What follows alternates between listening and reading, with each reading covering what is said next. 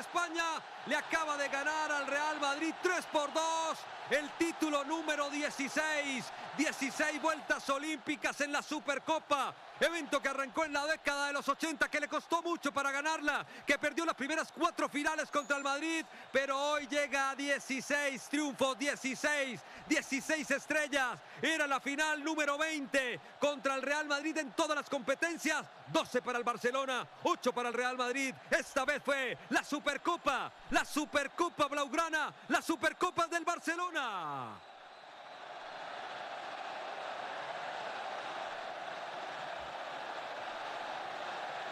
Esa es la felicidad. Ahí está Carlos Antonio Fichu. Un De Jong que sigue peleando por su expulsión. Sí, no tiene sentido si ya es campeón. Ya no puede pensar en él, tiene que pensar en el equipo. Pero bueno, suele suceder. Se va Xabi Alonso. Mire, fue muy decoroso. Evidentemente el Barcelona gana. Definió en los momentos claves de partido. Y cuando tuvo la oportunidad el Madrid no lo hizo. Arrancando el segundo tiempo y en esas 2 acciones finales en donde Carreras desperdició y Asensio también. Los números han sido estos: 66%, no, 68%. Tengo ya aquí corregido. 68% posesión para el Barcelona, 32% para el Real Madrid. Grandes ocasiones creadas, 7, Real Madrid, 4, Barcelona. Tiros a puerta, 10, Real Madrid, 7, Barcelona. Tiró más el Real Madrid y Barcelona tiró menos, pero acertó más. El tercero, que es el gol de Rafinha, con la colaboración involuntaria de Asensio, le permite el título. En términos generales, esto comparativamente con los duelos anteriores de Real Madrid-Barcelona, salvo el clásico, el último, el que precedió por liga, el que acabamos de jugar, pues había una superioridad enorme para el Barcelona que aquí no se dio, realmente no se dio. Sí, evidentemente fue mucho más eficaz y eso le da el título y no hay ninguna discusión. Pero en materia juego, que era en donde había diferencias muy grandes, pues realmente hoy no se vieron sino a espacio, a pedazos. Y hubo momentos en los que el Madrid, a través de lo defensivo y a través de lo ofensivo, defensivamente 30 minutos del primer tiempo y ofensivamente 15 minutos de la segunda parte comenzando, pues marcó también diferencia a favor. Solamente que en las áreas ellos marcaron uno más y eso fue lo que al final les permitió y les permite levantar el título. Pero se han acortado distancias. A priori, mirando el juego frente al Athletic de Bilbao y el del Real Madrid frente al Atlético de Madrid, parecía que esto iba a ser una masacre, porque el Real Madrid no venía jugando bien y el Barcelona venía con viento en la camiseta. Y ocurre que hoy eso no se plasmó en el campo y la diferencia no ha sido profunda. Título hay, evidentemente, pero diferencia profunda, no. Tito. Sí, señor, ahí está la celebración. Un nuevo título para el Barcelona en este evento que le cae bastante bien. Don Farid Camilo Mondragón. No, Tito, primero agradecerles a ustedes dos por la invitación. Un grato y muy agradable momento.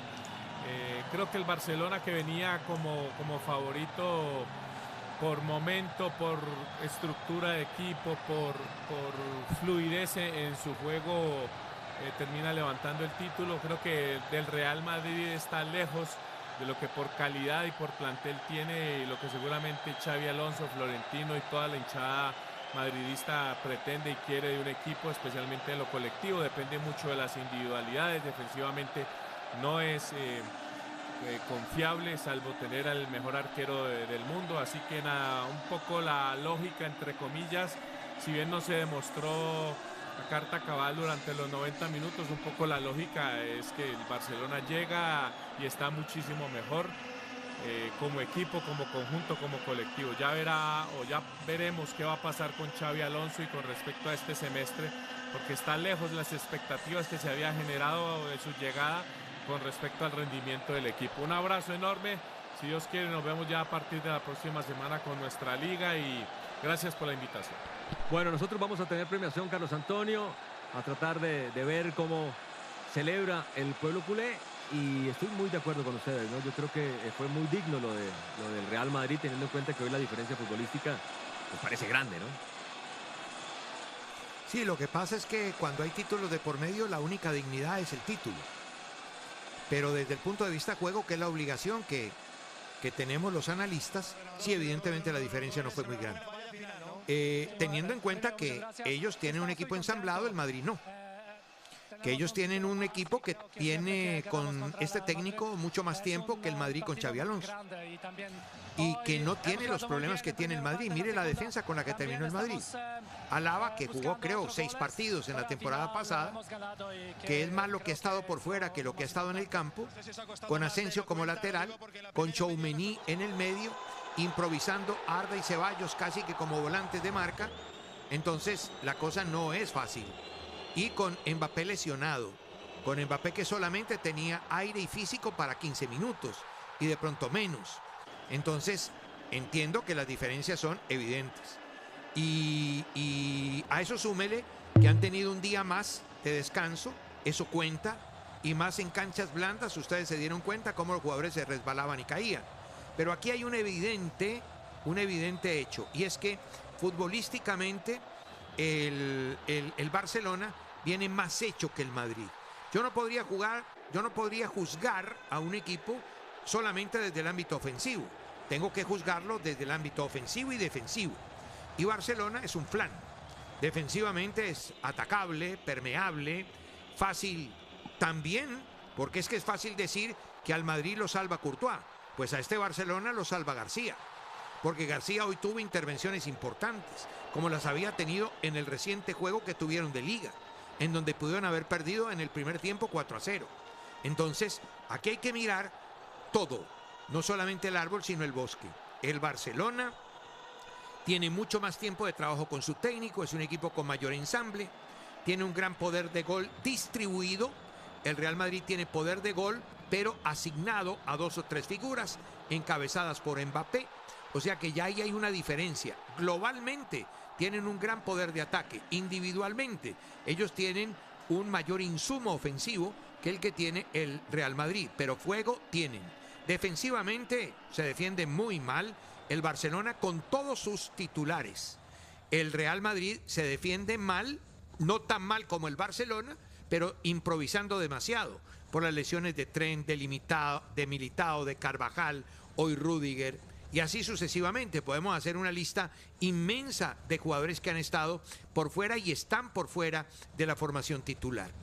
¿Que es un equipo que tiene que dar mucho más? Claro, por supuesto. Y es que si no da más al técnico lo cambian. Eso está absolutamente claro. ¿Los jugadores han estado comprometidos? Sí. Hoy se demostró en esos primeros minutos en donde se hizo un planteo de neutralización con el intento de contraatacar.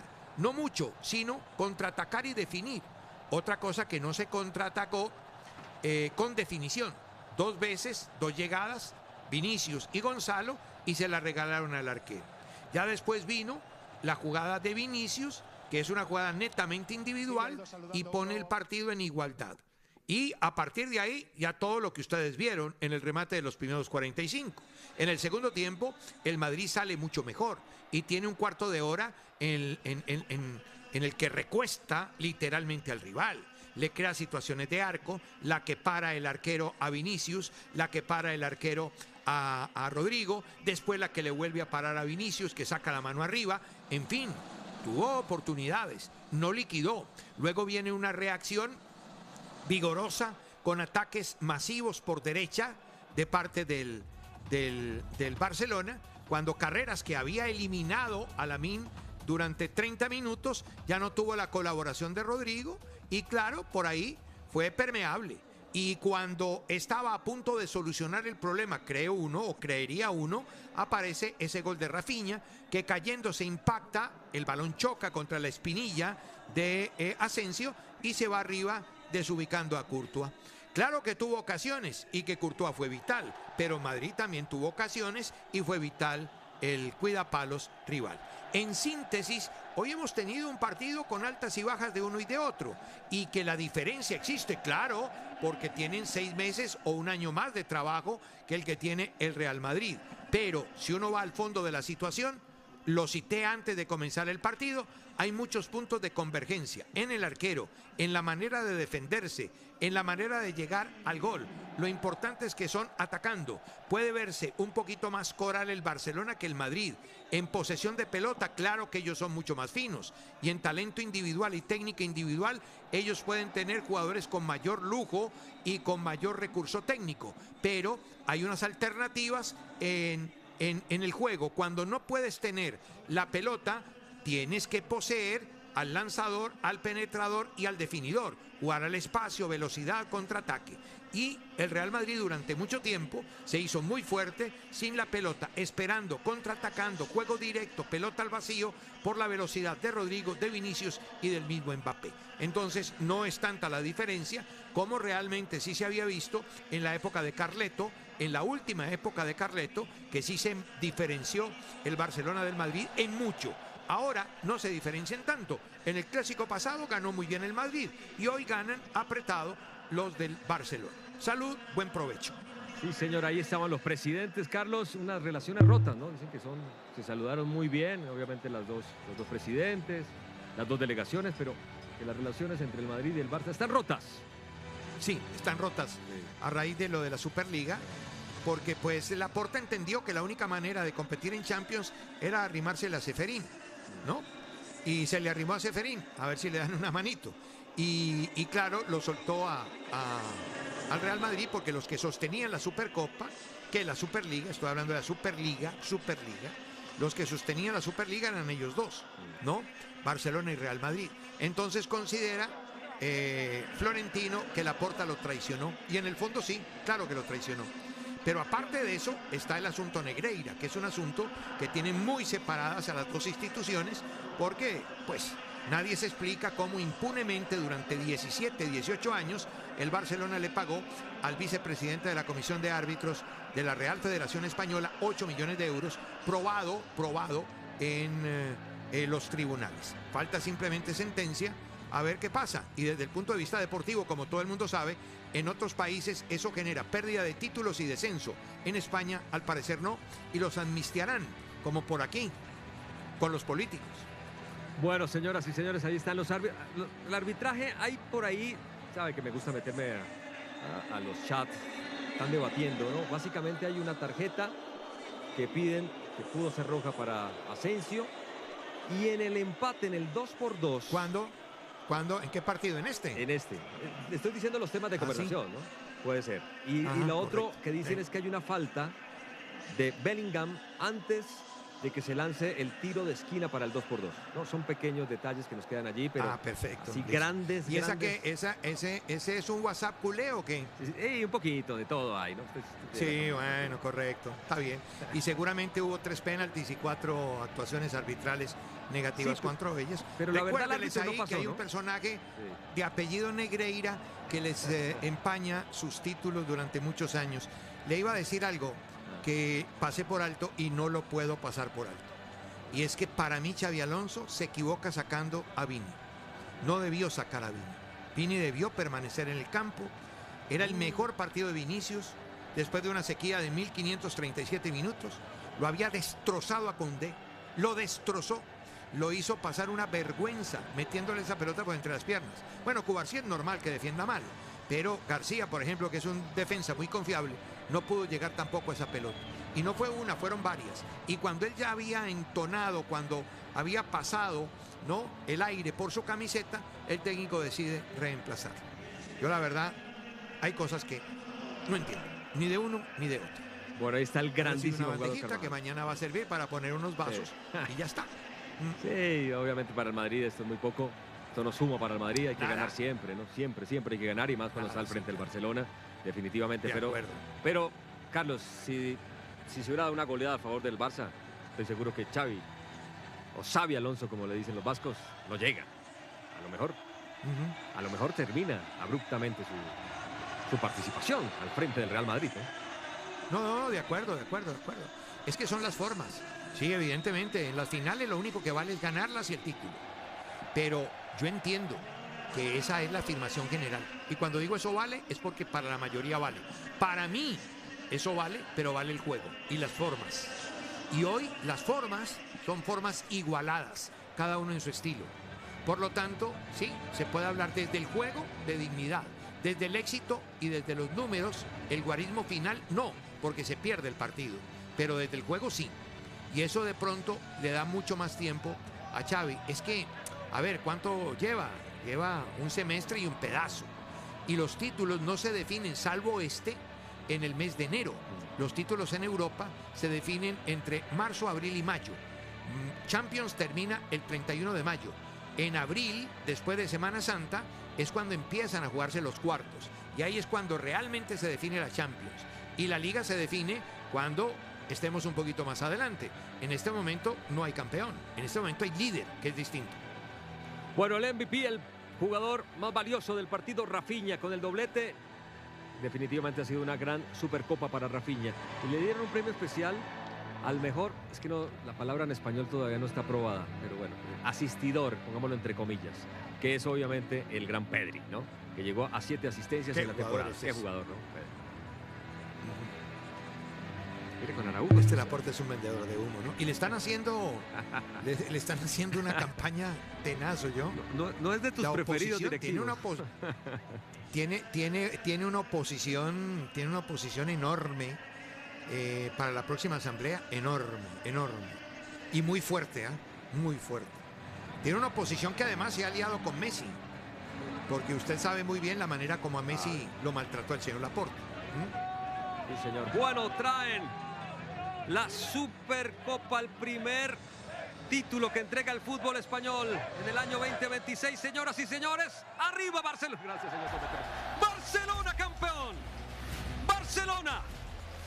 16 títulos de Supercopa de España. Barcelona empieza el 2026 sobre su rival de patio dando una vuelta olímpica con una alegría plena, con los papelitos color plata, pero es un triunfo de oro. Y con este espectáculo que sabe dar muy bien desde Jeddah.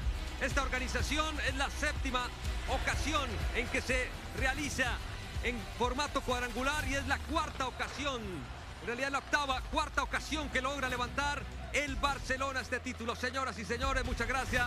Mari Camilo Mondragón, Carlos Antonio Vélez, este servidor les dice, les agradece, pero como siempre, amigos, en el fútbol nunca es un adiós, siempre es un hasta luego. Ya viene Win Team. Y ¿quieren que les dé cambio ya?